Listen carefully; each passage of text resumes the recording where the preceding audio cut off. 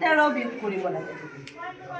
এই 13টো বিয়োগ কৰিব লগাৰ লগে লগে এইটো একক দশকৰ ধাৰণাও হৈ যায়।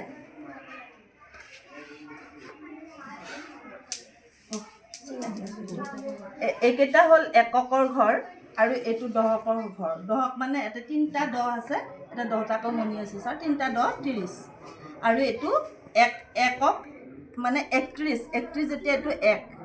এতিয়া আমি যেতিয়া বিয়োগ কৰাম সিহঁতক, বিয়োগ কৰালে সিহঁতে হেৰি কৰে মানে জেনেৰেলি আমাৰ মানে এনেকৈ ইয়াৰ পৰা এক ধাৰে আনিম বুলি কয়। একটো আমি ধাৰে নানো, আমি 10 আনিব লাগিব। সিহঁতক যদি 10 ধাৰে আনো বুলি ক'লে সিহঁতে কি কৰে, 10টো ক'ত পাতিম এতিয়া? ইয়াতে যদি ওচৰত পাতি লৈ সিহঁতে বিয়োগ কৰিব খোজে হয়তো 10টোৱে পাতি দিব, 101 হ'ব। 101ৰ পৰাতো বিয়োগ কৰিব লাগিব। গতিকে সেইটো আমি সিহঁতক হাতে কামে কৰি শিকাম যে ইয়াৰ পৰা যে 10 আনিলা। কোন ক্লাছত ব্যৱহাৰ কৰে? এইটো 2য় শ্ৰেণীত। এই ইয়াৰ পৰা তুমি কি কৰিলা, 10 যে আনিলা ইয়াতে, ইয়াৰ পৰা 10 আনিব লাগিব। 10 আনিলা, 10টা ইয়াতে ভৰাই দিয়াচোন। এনেকৈ ভৰাই দিব ছাৰ 10টা।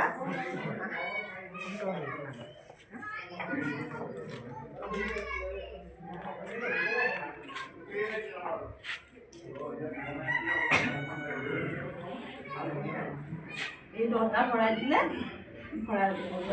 ভৰাই দিলা আৰু এইটো এতেৰে লগ লাগি 1 2 3 4 5 6 7 8 9 10 11।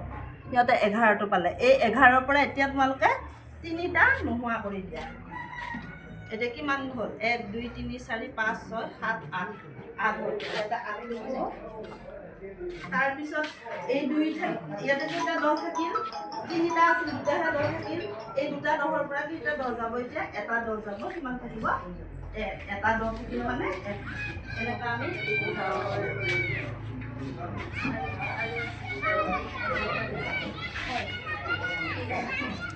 এইখনো তাৰমানে পৰাই ধৰক এয়া আমি এইটো দেখাই দিম।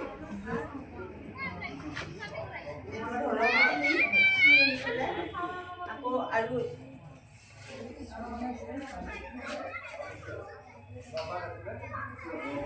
এফালে এইটো তিনি, ইয়াতে 3 লিখিলে কেইটা হ'ল? 1 2 3 4 5